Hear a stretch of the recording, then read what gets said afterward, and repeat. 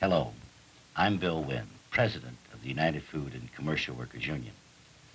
When we set out to film a movie about the UFCW, we were confronted with the task of reducing to 40 minutes the complicated story of 1.3 million people who work in retail stores, packing plants, hospitals, shoe factories, tanneries, barbershops, beauty parlors, banks, and many other occupations. These UFCW members have banded together to improve their working conditions, the lives of their family, and the quality of life generally in America. Clearly, there is no way to put all this activity on film, so we focused instead on one aspect in order to capture the spirit of our organization. We chose organizing to be this focus, because in organizing, we found all of the elements of unionism, people's aspirations, hopes, problems, fears, hesitations, setbacks, defeats, and victories. Our movie interweaves the story of three groups of working people who struggle and then achieve a sense of their own dignity, a sense of their own worth. You'll see what happens in the early stages of an organizing campaign. You'll see the counterattack by an aggressive, anti-union, so-called labor consultant. You'll see a final victory and the progress attained thereafter in collective bargaining. One final point. This movie is about real people. Each segment is based on actual experiences. In fact, to cite just one example, we filmed an actual meeting of the UFCW members as they voted on the contract to give you the reality. I hope you enjoy the movie, and I certainly hope it gives you a better understanding of unionism in general and of the UFCW in particular. Thank you. All workers have the right to join a union. For most, this right is guaranteed by the National Labor Relations Act, a federal law that establishes a step-by-step process for union organizing. The process is democratic. It begins when workers sign a union authorization card, a simple statement that authorizes a union to represent them in dealing with their employer. This is the first step in organizing.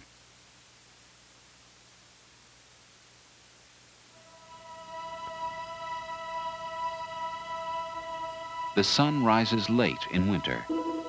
In the near dark, a UFCW organizer passes out union literature at the gates of a poultry processing plant in Maryland. With the United Food and Commercial Workers Union. For these workers, this piece of paper, describing the benefits of joining the UFCW, marks the beginning of a journey. United Food and Commercial Workers Union, something for you to read.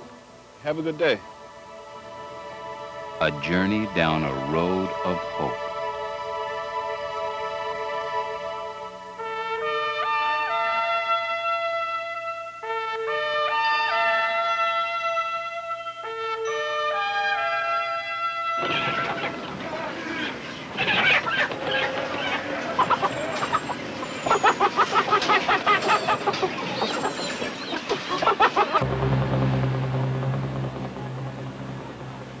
The United Food and Commercial Workers represents 300,000 workers in the food processing industry, from canning factories and meatpacking plants to poultry processing operations like this one. For 8 hours or more a day, workers race to keep pace with an assembly line. The noise, the production pressure, can make you old before your time. Without a union, workers in this industry aren't treated much differently from the food they process.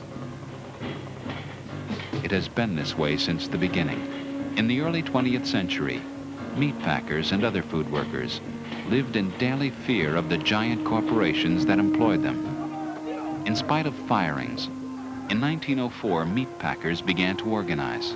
Without protection of the law, workers were sometimes forced to strike to gain recognition of their union. In the end, they were successful. In 1937, food industry workers moved to join the United Packing House Workers and the Amalgamated Meat Cutters, predecessors of the UFCW.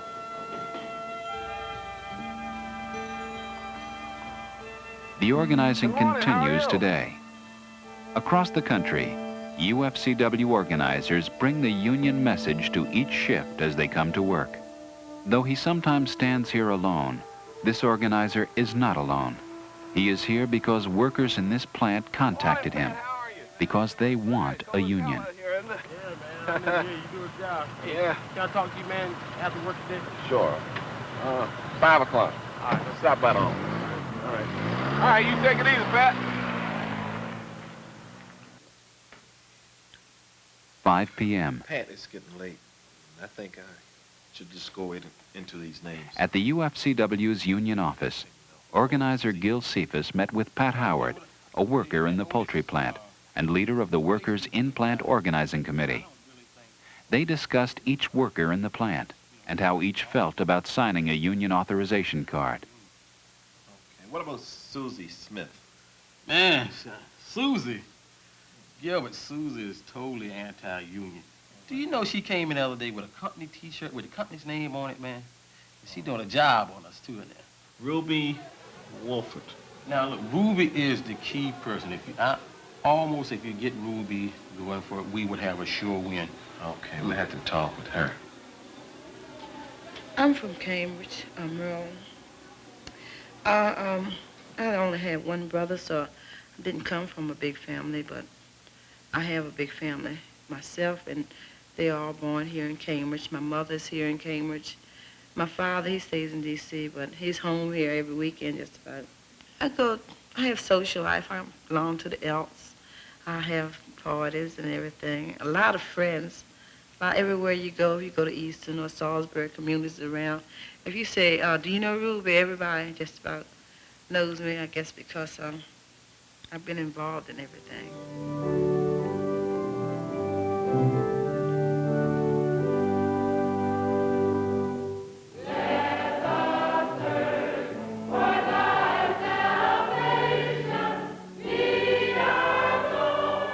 Like many of her co-workers, Ruby's life away from the plant centered around her religion and her church.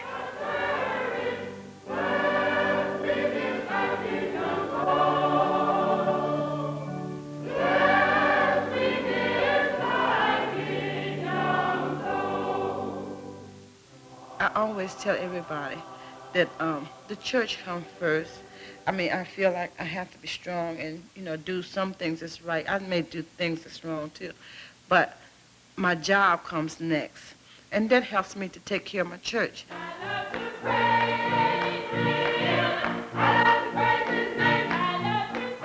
My pastor, he loves for us to be able to help take care of the church because he's helping so many other people. Two in the congregation that Sunday were there to bring Ruby another message of hope, a union message.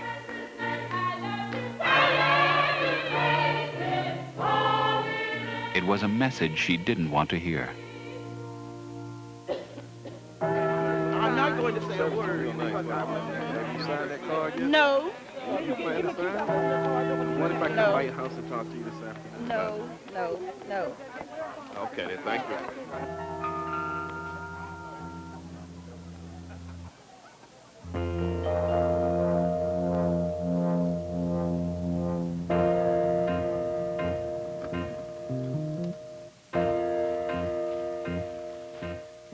That evening, UFCW organizer Gil Cephas drove to Ruby's home to talk to her about the union, to answer her questions, to encourage her to sign a union authorization card.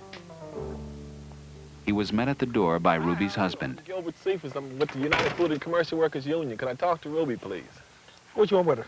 Well, I want to talk to her about the union. I'm a union organizer, and we're trying to organize a union in the plant that she works at. Well, we don't want to join the union. Okay, well, let me just show you a couple things. If I could come in. No, and man. Look, man, I'm sick of the union. We don't want to join it now. Nothing. Okay. Well, okay? Okay, well, let me just compare some benefits that we can offer. No, that's all right. Look, the man, he take care of us pretty good, okay? Okay. Okay, so we don't want to join it, okay? Okay, but can I have a minute of your time? No, we want no minutes of your time, okay? Okay, all right then. Well, Thank you anyway. Thank you. All right.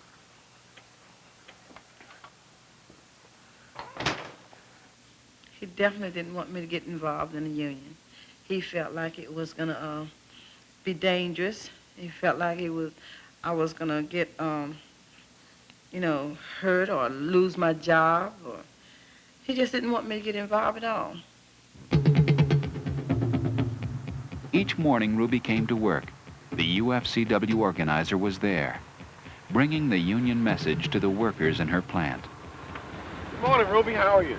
All right. Fine. You have a good day. The leaflet promised fair wages and decent working conditions. And Ruby began to think about the place where she and one of her daughters worked. The leaflet made promises, but it was the birth of a granddaughter the week before that really opened Ruby's eyes. Hi, Ruby. I hear you become a grandma. Oh, yeah. Got a little girl. That's Glad good. it's over with, too. I know what you mean. I wanted to take off today, but you know how it is. I couldn't. Yeah, I know how that goes. How's that girl that fell over there on the line over there? Well, she's home. They finally decide what to do with her. You know how it is. They don't care as long as we get them chickens out. I'm telling you, they got these mailboxes in here for you to double up your clothes to put in there, the lunch and stuff. They don't care about nobody but themselves. I'm telling you. You know, a lady cut her thumb yesterday so deep she couldn't even use it, and they still wanted her to stay there. But, you know, it's something we can do about that, though, you know. I want you to show me something. I need some help in there. Will you talk to the union man?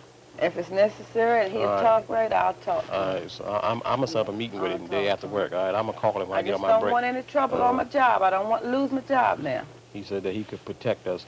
It's our right to have a union. It's within the law. It's our right, what he told me. Some of the women felt funny about working them long hours, you know, having babysitters and having to get supper and stuff like that. But they were scared to say it because they wanted to keep the job. Thinking about my own self and my kids and the rest of my family, I knew I had to do something. 2 days later, Gil met Ruby at a diner in another town. We gave out cards the other day. Have you signed your card? No, not yet. Was there any questions about the card? They told me that if I signed it, I was going to lose my job. No, they told you something wrong, first of all, Ruby. Let me just tell you something. You have certain rights under the law. You, as a worker, have a right to join any union of your choice. You can sign cards, and there's no reprisal. What about if we do get it? Who's going to make up our contracts and stuff? Okay. You, as an employee, you decide what you want in your contract. You tell the union gets a committee, and we sit down and we bargain with that company. And that company know that we are a strong union. Now, let me just tell you one thing. A lot of the people were planning to wear these T-shirts Monday. Now, they're going to wear these T-shirts. Those people that sign cards will wear it, and I'm going to give you one, too, and I hope you wear a T-shirt also, Ruby. Can they penalize me for wearing this shirt? No way. By no means. I'm depending on you. I'm counting on you. They tell me that you're a leader at that plant. Yeah, I'm concerned about everybody there, but I don't want them to be hurt by the union coming in. And if you think that this is going to hurt us by you coming in, I would rather that you didn't, you know, push the issue of signing these cards. I understand exactly what you're saying. Let me just tell you one thing. Ruby, the workers at your plant contact us. This is the reason that we're here trying to help them to get a union. We didn't go out looking for a campaign to start. I don't know. I'll think about it. Okay, I'll really well, think about it. do that. Monday, be sure to wear your T-shirt, Ruby. The decision was not easy for Ruby. The Lord is my shepherd. Afraid for her job, but also upset about the unfairness she saw each day at work, He leadeth me Ruby beside turned still to a waters. place He restoreth and a my book she soul. trusted He for leadeth me guidance. to the paths of righteousness for his name's sake. Even though I walk through the valley of shadows of death, I fear no evil, for thou art with me. Thy rod and thy staff, they comfort me.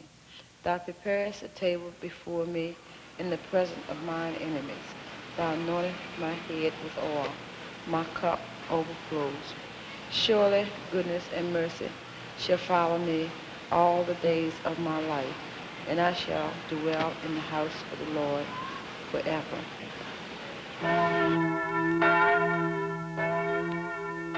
The next Sunday, the day before the union show of strength at the plant, Pat had some news for Gil.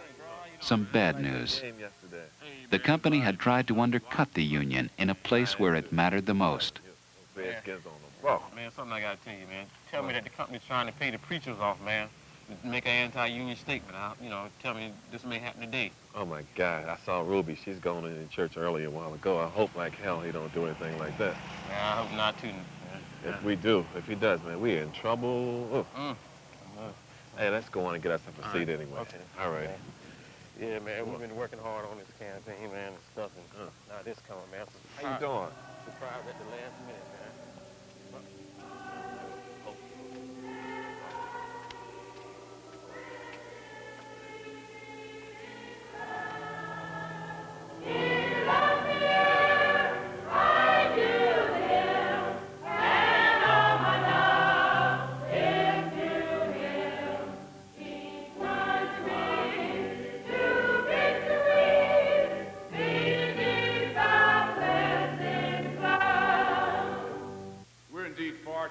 But there are some things in this world that are not for sale.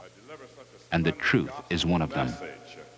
I was made to think that she follows in a great tradition, that tradition of the great Martin Luther King, whose birthday we're observing on this weekend.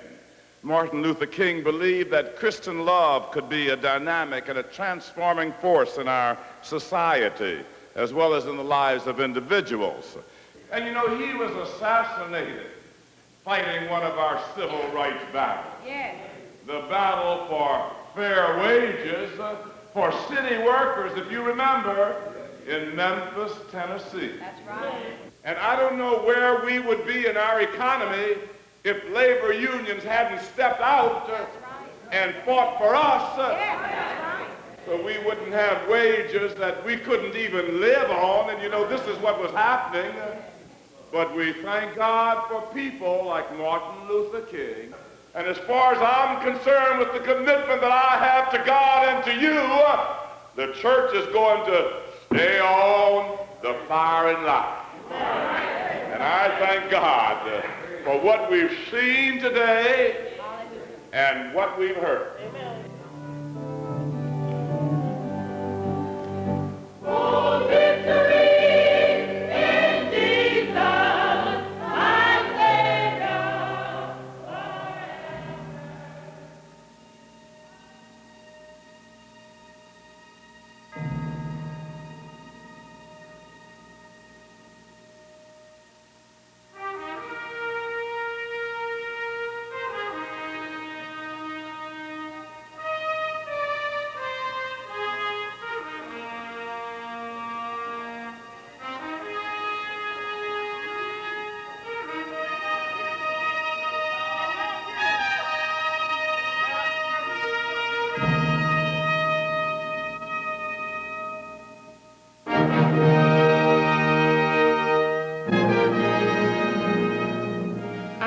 I am proud to be a union member. It means a lot to me because I know I have my job. I know it's taken care of. I know I have my hospital insurance. I know I have all kinds of protection. I don't have to worry about going in on a wet floor or a greasy stool to sit on. Or I know when I go in the plant, I'm going to go into as much comfort as I can to be working, you know. And I enjoy that. I know that I have to work to make a living, but I don't have to be a slave.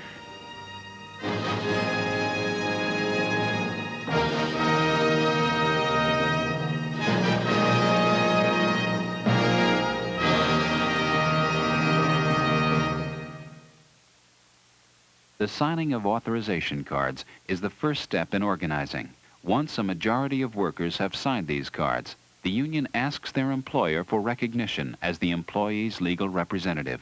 Under the law, employers can request that the National Labor Relations Board conduct an election to verify the choice of their employees.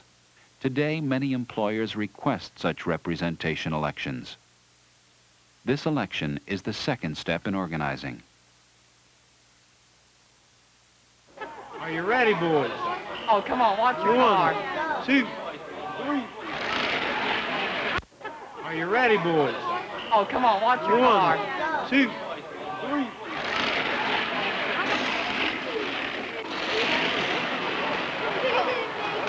You won. Saturday morning, One. at a Cub Scout Pinewood Derby, Donna and Gary Hoffman are both scout leaders and parents. Get your hands off the car. My husband was an Eagle Scout, and he was also in the Order of the Arrow. And he wanted his boys to do it too, Kevin and Gary Lee. I think it's important to them because it is a family thing. Now, we judged cars for best looking, and it was really, really tough. And one of the things is that you can't win unless you race, right? So good. Then 2, Kevin Hoffman. Come on up here, Kevin. It's like everything else. You have those who are doers, and you have those who just lag and don't do anything. A lot of people want their children to participate, but they themselves don't want to take on the challenge of helping. The challenge of helping. Donna got involved with the Cub Scouts because she saw something needed to be done. The same was true with where she worked. When I went to work at Bond's, it was a brand new store. At that time, it was close to home. I was only 15 minutes away from the store. And it was a chance to work in a grocery chain. So I took it. We were paid minimum wage, which was $3 an hour. I had no sick pay, no paid holidays, no vacation, nothing. The girl working next to me was making a different wage than I was making. She had vacation. I had to work all holidays. There was no such thing as overtime pay. We had to do something.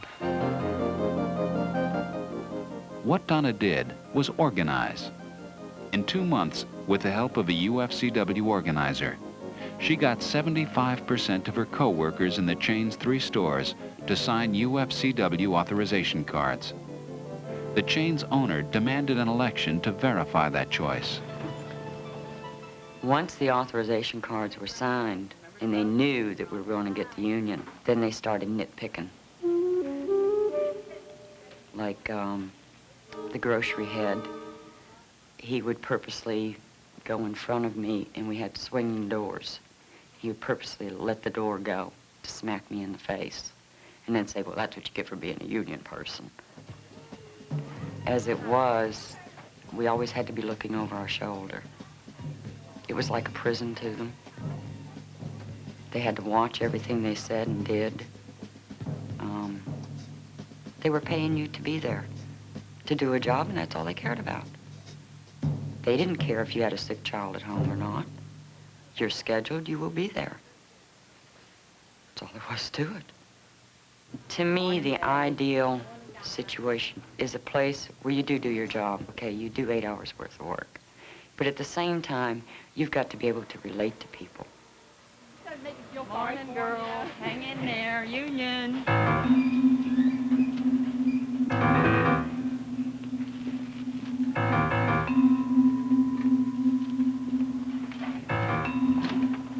Hey, Matt. A great surprise for you. What? The Redskins are coming to see us. When? I'll let you know just as soon as I get the word. The whole team? No, be realistic, Matt. Only one member. Who? Mark Murphy. I'll let you know just as soon as he comes. He's going Okay. to talk about the union. Okay. Okay? As the date for the union representation election approached, a contest developed between Donna and the chain's owner, a contest of spirit. If he could break her, he could beat the union. Donna, Yes, sir. what were you talking to Matt about? I just said good morning to Matt. Were you talking about the union again? You stopped and talked to Brenda, too. What was that all about? I said good morning to her, too. Well, I know you're talking to people about the union. I don't want you doing that while you're working. My work's done, sir. All right, okay, all right. Get busy. Yes, sir. Right now. Here. They were scared. They were running scared because they knew they had tried to bluff people for too long. And people were tired of it. They wanted what was theirs. In an attempt to stop the union, the store's owner resorted to threats and untruths to scare people, particularly part-time workers like Matt. I'll work the milk. So you're not getting mixed up with this union thing, are you? Why? Well, just to let you know, if the union comes in here, we're going to have to cut back on a lot of things. And one of the things, the first thing's going to go are part-time people. Like me. Well, anybody who's part-time. That means me. Well, yeah. Okay. Thank you. They really were under a lot of pressure. What was the truth? What should people do? The process that had begun so simply with an authorization card had suddenly become complex. Away from the store, Matt expressed concerns that were on many workers' minds. Okay, I was told that if I were to vote for the union, I would lose my job. Who told you that? Management told me that. They said that if we get a union in the store, they would let some part-time employees go, and implied one of them would be me. They can't do that. He sounded very serious about it. But they can't do that. And I'll tell you how I know they can't do that, okay? I met with the union rep, Jim Lothers. The first question I asked him was if they find out that we were organizing, could they fire us? Uh-huh. And he said there is a federal law which states they cannot do that. Okay. Well, I was wondering because I've been told many different things and wasn't really sure who to believe. So. Who are you going to believe now? You work with me. I'm in the same boat you are. Yeah, okay. You trusted the company. What'd they do for you? Not much.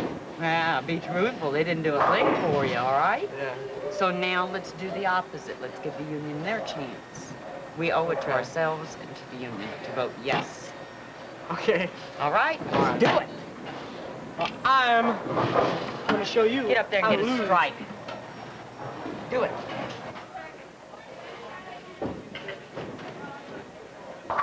Matt and Donna were not alone in their struggle. Sam McCollum, Other workers had faced the same kind of intimidation, In 1974, I started playing pro football for the Minnesota Vikings, of which in including some who were Matt's heroes, it's hard for me to really take it, and I guess that's why. like Sam McCullum, wide receiver for the Minnesota I want my Vikings. dignity to erase that thing from them, you know, that word from our vocabulary owners, because to me, you know, that brings back the days of slavery to say your own. So, you know, instead of listening, you know, to a guy like a manager of a store is going to say, don't join the union, hey, I'll take care of you. Well, he's going to take care of you as long as he feels as though you're a viable product for him. But when it comes a time he needs to get rid of you, then he's just going to get rid of you with no strings attached. But if you're with the union and so forth, the union can fight that. The union can say, hey, you know, he can't just get rid of you for no reason. If you're doing your job, you know, he just can't throw you out. There it is. Hey. Hi, can I have your autograph? Well, sure. Your name's Kristen, right? Yeah. All right. Mark Murphy of the National Football League Players Association came to help, with answers about unions from his own experience. Excuse me, Mark, could I interrupt you a second? Sure, yeah. I'd like you to meet Matt Willis. Matt Willis, this is Mark Murphy. Yeah, nice to meet you, of the man. How you doing? Redskins. Good. Yeah. I brought him out here because he has some questions about the union, and I thought maybe you could help straighten them Sure. out. Yeah, what do you want to know? Well, I've been told about 3 or 4 different things, you know, if I voted for the union, I'd be fired. Unions aren't good for the store, and a couple different things. I was just wondering, you know, what you thought about it. Well, I think the most important thing is what's best for you. And as a worker and a member of a union, I think there's no doubt that a union is a very positive thing for the workers. My advice would be to join a union and do everything you can within the union to make it strong. Okay. Well, thank you. Oh, yeah. I appreciate All right. it. Yeah, it thanks. does. Anytime you have any questions, give me a call. All right. I'm happy to help Thank you. Oh, I gotta. These are for my kids. Ever since we won the Super Bowl, that's all we... All right, what are the names? I believe the union people do care. They're there when you need them to talk to, and that's a big help. As the election neared, the store's management turned to some extremists for help. Busting unions has become a big business. Today, thousands of anti-union consultants make a living trying to deny workers their legal right to organize. That these consultants often use illegal means did not deter Donna's employer. The night before the anti-union consultant was to meet with the store's employees, Donna held her own meeting, one interrupted by a different kind of darkness. people were afraid. The consultant's presence seemed threatening, and things that seemed certain before now were in question. Donna expressed their feelings. Donna, how are you doing, and how are the people in your store doing? Well, Jim, to be perfectly honest with you, okay, you are a union rep, okay? Now, we've been going to meetings, both for the company and for the union.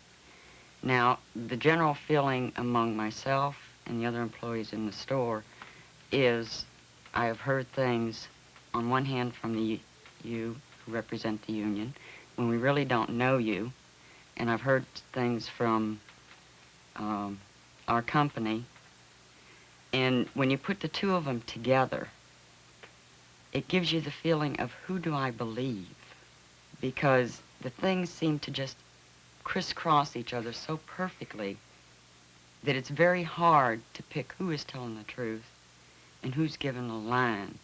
So that's why I asked for Jesse to come tonight, because he has been a member of the union and he could be open and honest with us.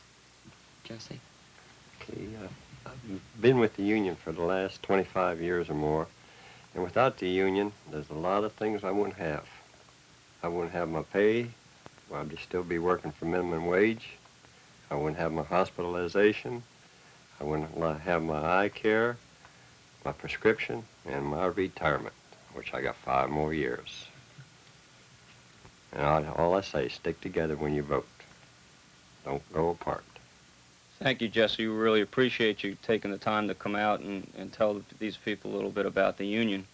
I think that you should remember tomorrow night when the consultant is talking to you that he's not going to be talking to you about anything that Jesse was talking to you about, which is exactly what he should be talking about.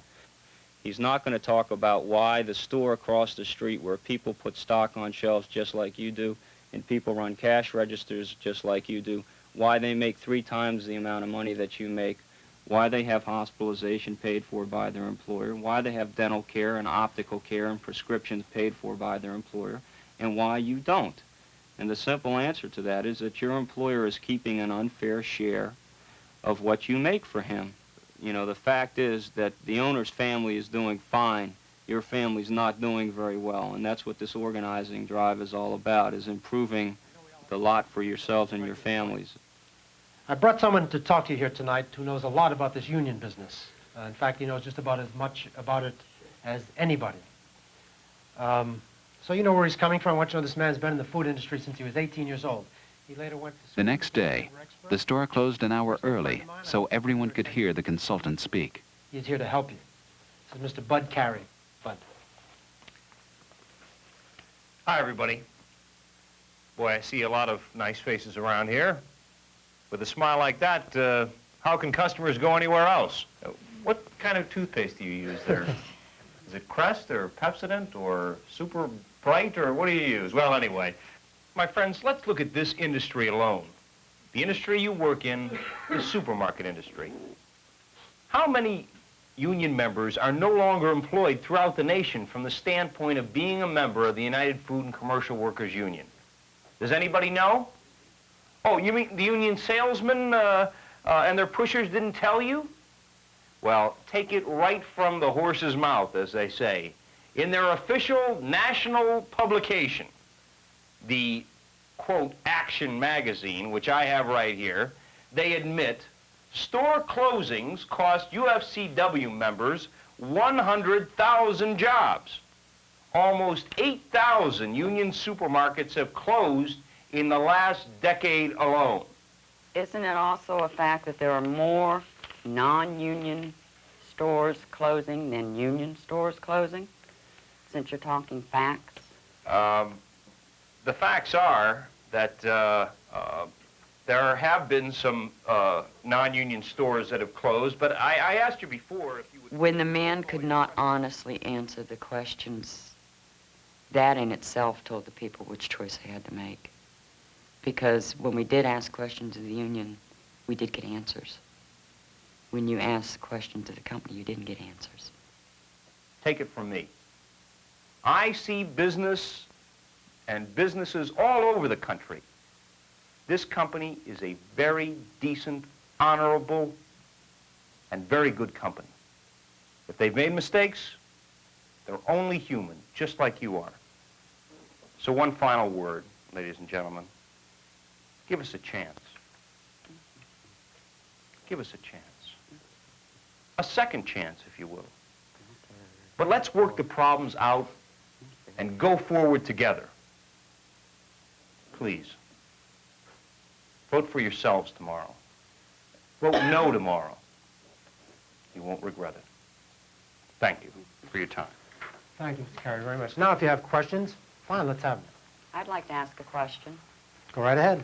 I'd like to know why you're talking about other stores' problems instead of the one that concerns us, which is our own store.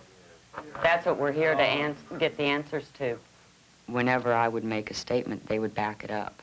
I mean, they stood right behind me. Maybe they themselves would not stand up and say it, but it was what they felt. Who's going to pay for your children's clothes, their dentist bills, etc., the mortgage payments, the car payments? Who's going to pay my mortgage and keep meals on my tables if I walk into work tomorrow and they don't like me and they say I'm fired?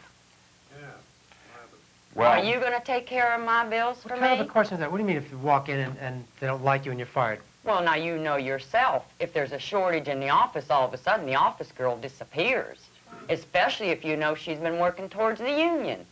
No, that is not true. Oh, come That is not on. true. Be real. Look, that is not a subject for public discussion. You're talking about an individual case. Hey! Mr. Carey doesn't know anything about that. The man is giving you valuable information. well, I think you have to remember that these are things that you have problems. As I told you before, I think we're going to try to work together. We're going to try to work things out in the future. Why can't you believe me? I've brought this man here, and I am here today to try to help all of us. I'm not trying to hurt you. Do you know why I honestly believe, and this man honestly believes, and I told you, the union is going to hurt you. You're paying us too much money. Give us that You money. told us to give you a chance. We've given you chances for 3 years in a row.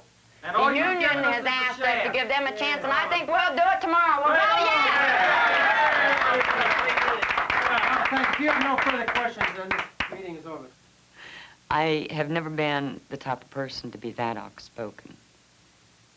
But when it comes down to people losing jobs, being paid minimum wage, when a lot of these people are one-parent families that have to have that job, that's something to work for.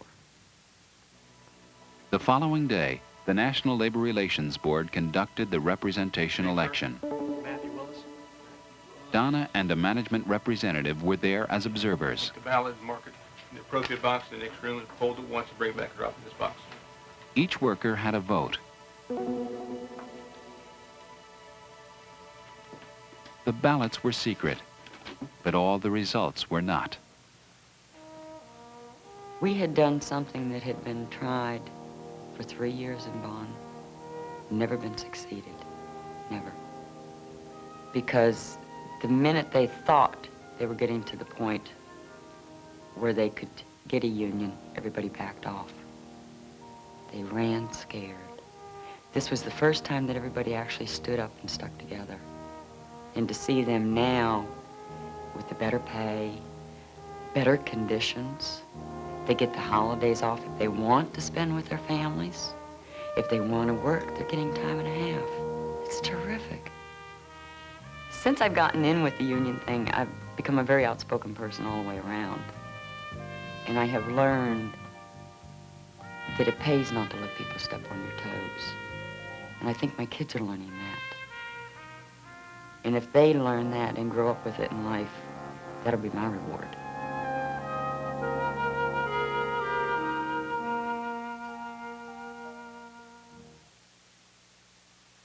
Once a union has been certified by the NLRB, it sits down to bargain a contract with the employer. This contract establishes the wages, hours, and conditions of employment for the workers the union represents. Bargaining a contract in good faith is another imperative of federal law. The process is called collective bargaining. This is the third step in organizing, one that begins anew with each contract the union bargains.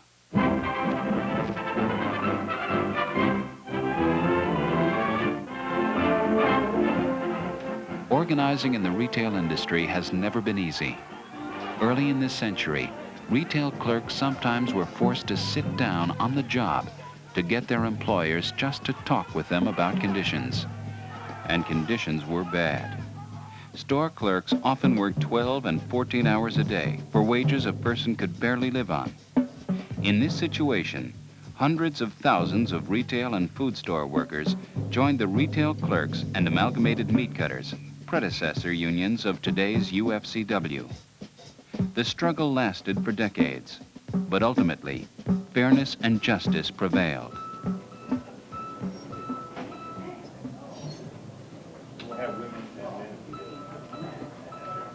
Today, the United Food and Commercial Workers represents 800,000 workers in retail stores.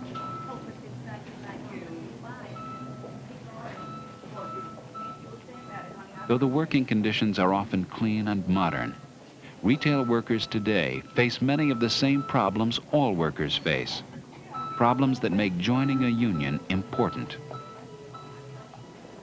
UFCW steward Andy Russell describes how it was before the UFCW won an organizing campaign in his store.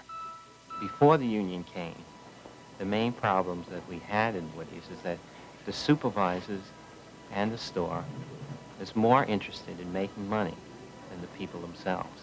They couldn't care really about people. And the ratio of the turnover, I would say within a year, could be thousands. See, in the past, if they had troubles with an employee, they can get you out on a technicality. You didn't sign the timesheet right. You know, you can't do that. That's against all store policies. You know, and they could let you go. Now, since the union has come in, I think the attitude has changed. There seems to be a little more hope.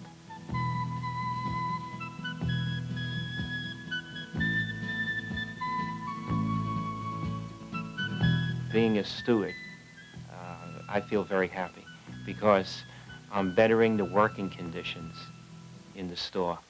We put a lot of hours in that store, and you want to make it pleasant.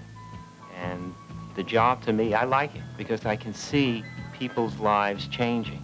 When one lady's day off was changed every week, she was unhappy. She came to the union, and now she has a permanent day off. Another lady, she was sick for a while. She came back, and she was put in a different department. Well, she came to the union, and she's back in her own department, making the same amount of money she was making before. That makes me feel good, too, because I could see that something is positively happening. It's not perfect, but it's a lot better than it was before. Hi, Andy. Hi, Karen. How you doing? Fine. Janice told me that you were the person I was supposed to talk to if I have a problem at work. That's right. I'm the steward of the union for the store. I'm in the union, right? That's right. Well, see, my father told me that I'm going to go off his health insurance when I turn 22 in May. And he told me that I should go and get health insurance at my job, that that's where you're supposed to get it. Well, I went down to talk to people in the office, and they told me that I can't get it because I'm part-time. Right. You have to work a certain amount of hours to get the... Well, I told them that I work more hours. I need the money anyway because I want to get a car, but they told me that they're not going to give me more hours, and there's no way I can get health insurance. So then I called Blue Cross Blue Shield, and they told me that it would cost me as much as I make every week to get an insurance policy. Well, that problem is not uncommon. There's a lot of people in the store that have the same type of problem. Well... And we have negotiations that are coming up, and we're trying to make an attempt to solve the problem. Will that happen by May? We're going to try. It may be this negotiations or it may be the next. I'm not quite sure. You mean you can't do anything for me? At this time, we have the negotiations. The union is concerned about your problem. It's a problem that we've heard from a lot of different employees. And I, as a steward, understand the problem. But you only help the full-time people, right? No, we try to help all the people. I don't know why I'm even in the union. I don't know why I pay this dues every week. I feel for her, and I could sympathize with her, you know, and I wish I had a more positive answer to give her. And she has to learn. As you grow older, you realize that you can't do it by yourself, that you could only do things in numbers. You know, with numbers, there's solidarity. We understand what you mean by 5.3, Gary. I don't think we can do Many that. of the problems the store's workers faced would be solved here through a process called collective bargaining. On one side of the table, a management team bargaining a second contract with their employees. What you're asking us to do with that, can you explain that further? On the other, a UFCW union bargaining team, including elected rank-and-file representatives from every store in the chain. Continued on into this one, is the problem with our part-time people qualifying for health and welfare benefits. We've heard this before. That's what I just said. You know, it's no secret what we're trying to do here. We want to protect our people and get them coverage. But you know and I know we can't afford that kind of a benefit. We may as well close up the operation if we have to relinquish that 20-hour minimum. Well, just in case you think I'm kidding, I have the committee here. Okay, they can back up what I'm telling you. What you do... Wait a minute, Gary. I'll tell you what. Why don't I give you the keys and you run the store the way you want to run the store? We cannot afford it. You're talking about us putting out at least 2 to 3 times. I know what the putting out numbers right are. now, and we can't do it. We've done the numbers. These folks have done You're the numbers. suggesting that part-timers with less than 20 hours of service receive health and welfare That's benefits? right. I'm saying let's take it off the table. Let's take the restriction out of the contract. You leave us no choice, and it just seems like you think that we're kidding, but we're not. The contract proposal questionnaires that came in from the rank and file are telling us that our people are not allowed to participate because you schedule them right below that point. And as soon as somebody could possibly qualify for health and welfare, you cut them off, and they don't qualify. That's not true. And it may appear that way, but it's not true. And remember, there's no other department store in town that gives people with less than 20 hours any benefits. I'm not negotiating for any other department store in town. If I wanted to sit down with the Board of Trade, I would. We represent the people that work for your company, and that's who we're bargaining for. When the union was organizing Woody's, they said if you had all the benefits, you wouldn't need a union. And they're absolutely right. For a department store, for this department store, it's absolutely essential to have a union because we were not treated right. This union is not asking for the world, they're just trying to better the conditions. Please give me a commitment that we'll be able to work on this position and come up with something that we can both live with. Are you willing to do that? We may have some interest in this proposal, but George and I are going to have to look at the cost of what it might mean, depending upon how many people take additional hours and run by that 20-hour limit that we now have, to see what kind of costs we're talking about overall for the stores.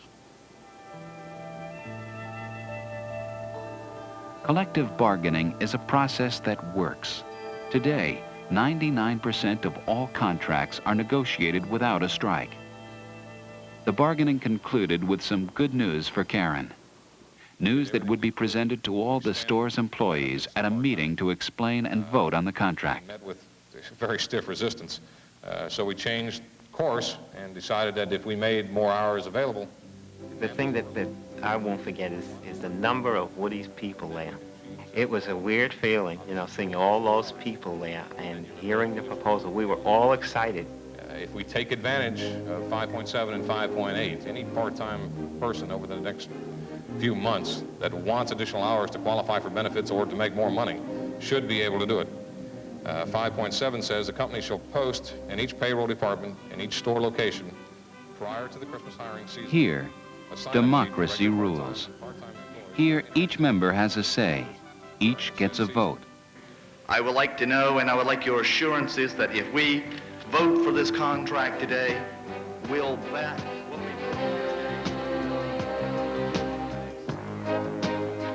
Only in a union can working people have this kind of say in shaping their future.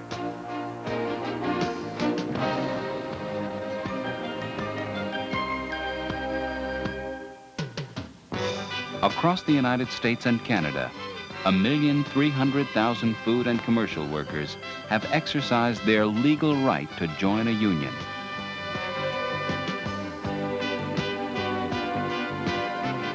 To build a better life for themselves, their families, and their neighbors.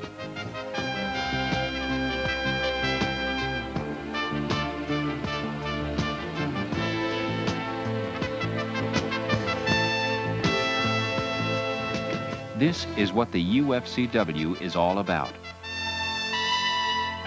This is why organizing is the road to dignity. All right, we have a motion and a second to approve the proposal as presented. All those in favor signify by rising.